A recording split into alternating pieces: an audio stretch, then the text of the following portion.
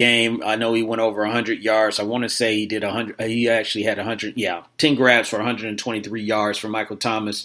And then Alvin Kamara also out of the backfield, 97 yards rushing to go along with 72 yards catching receiving yards. So this thing went down to the wire. I'm sure you saw it, but it went down to the wire. You almost had some controversy because I myself was kind of looking at this as would New Orleans get played once again? So on the kick that Houston, they had drove down the field and they basically tied the game and they were going for the extra point, so that would put them up at one. Running into the kicker. They got New Orleans for running into the kicker. I thought that was really weird. The kicker basically had finished his process of kicking. I mean, it did not impact the kick at all. It didn't put him at harm at all. So they gave them another shot, which obviously put Houston up by one. And then Drew Brees. I mean, the end of the game. He takes them down the field. Dinking and dunking, get going where he needs to. He only got one timeout. And I'm looking at this and I'm like, okay, is Houston going to blitz? Are they, is someone going to make a stop? Are they going to try and rush, the throw? And it seemed like they were just really playing for the clock. And I guess you could say they actually were playing for the clock because the last play, and I'm looking at this before the field goal. And Booger McFarland brought this up during the broadcast of the game.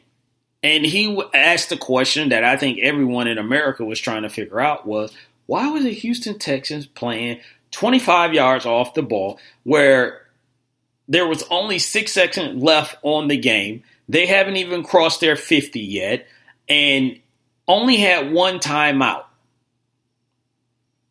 That doesn't make any sense to be playing that far off the ball when they're only up by one. They need a field goal. So it's not like they need a touchdown. Why would they go down the field?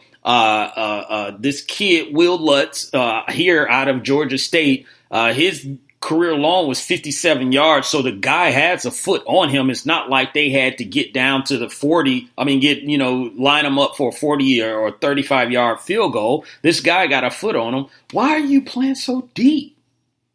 And, of course, Drew Brees, he noticed that. He still got one timeout, which I give him credit for because I thought they were going to burn the timeout, and he actually didn't. He burnt some extra seconds, but he did get the ball spiked. But they get up to this moment, and he drops a 9-yard pass off to Ted Ginn. Ted Ginn gets down. And then here's the other thing that confused me, and maybe I just don't know the rules to the NFL but Ted Ginn catches the ball. He gets down. There's 2 seconds, maybe 3 seconds left on the clock. At this point, why would you even touch him?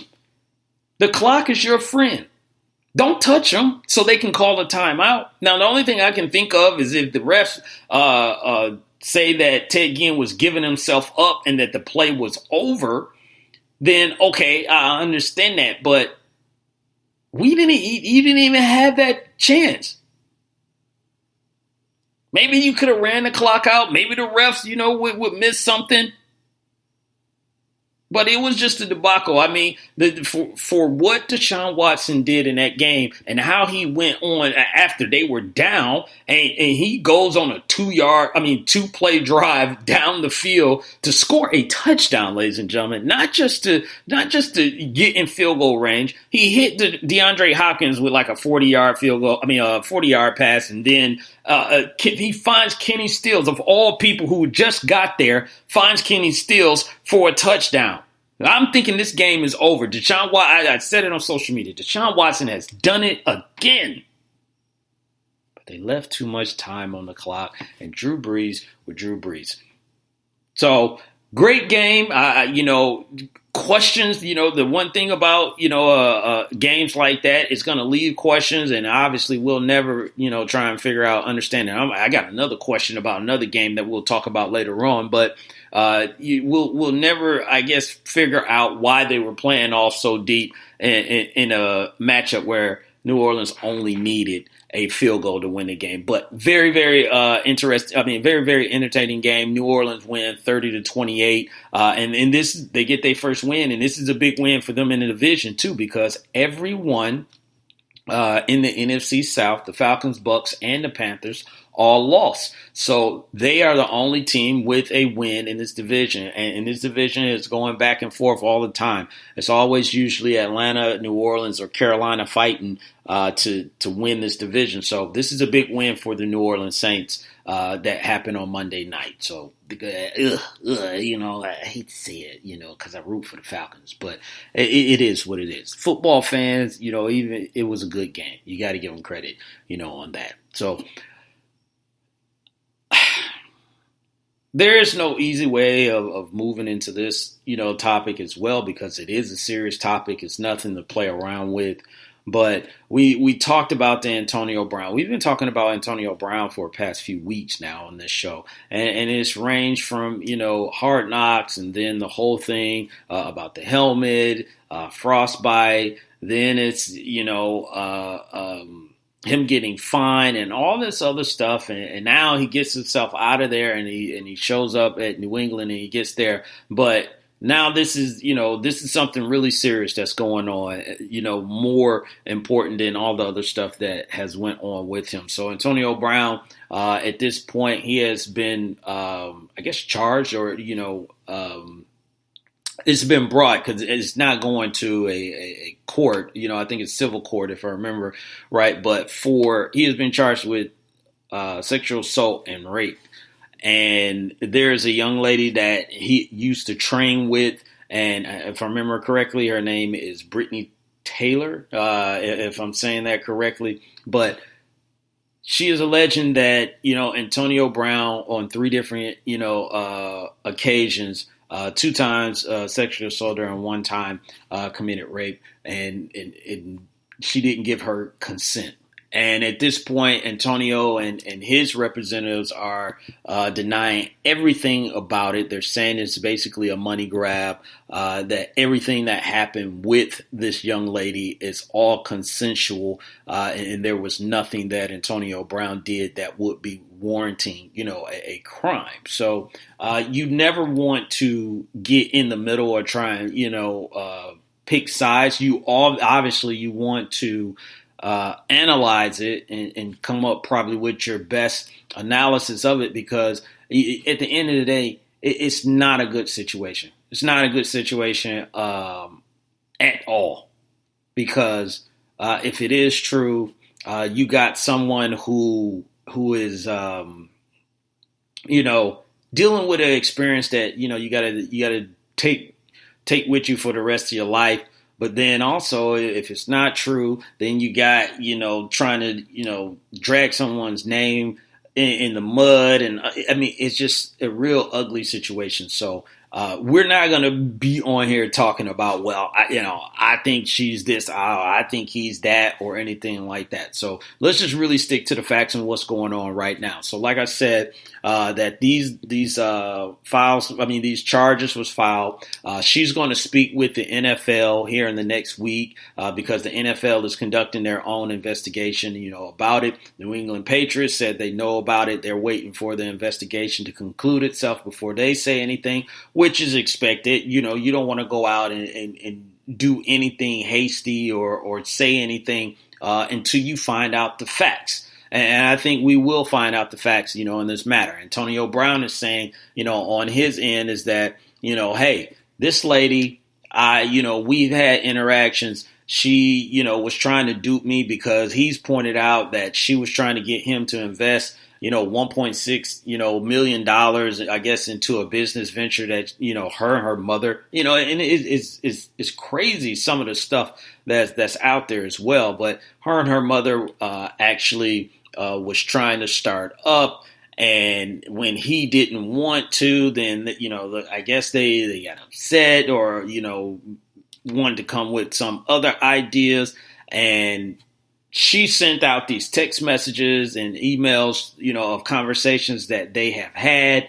And it's just more and more drama with AB. And I do not know the reason why, this has come about as of right now, because what these interactions that she's saying happened was in 2017, 2018. There is no, and I don't want people to get this misconstrued or anything. There is no, I don't think there is, for me, there is no bad timing, if you will, or anything, because everybody is different in how they deal with situations and how they want to address it and when they want to address it, but it's just, you think like, well, what is going on? That's probably the biggest thing, is that the first two times something happened. And then, I guess, there was a year gap in there, and then you meet up with them again, and then there's a third incident. So, stuff like that, if that is true, this is allegedly, what she's saying, because nothing has been, proven. And then you have on the flip side, like I said, Antonio Brown is, same thing, those two times, everything was consensual. There was no problem. And then, the third time was the same thing, because his representatives have pointed out about a game that she asked to go to. They were hanging out in Florida. It was Antonio and his friends, and then she showed up, and then they were saying instead of her going her own separate way, she wanted to hang out. So they hung out and then went back to his residence and had consensual relations. So it's an ugly situation. It's never good, with these things that goes on. I really don't like to, talk about it, but because it is a big topic that everyone is bringing up, I am going to bring it, I was going to bring it up on the show and talk about it for a little bit, but me, it's more of, let's wait, let's see what they find, what's going to, is there something that can be definitive about that situation on either end, on her end or, Antonio's end.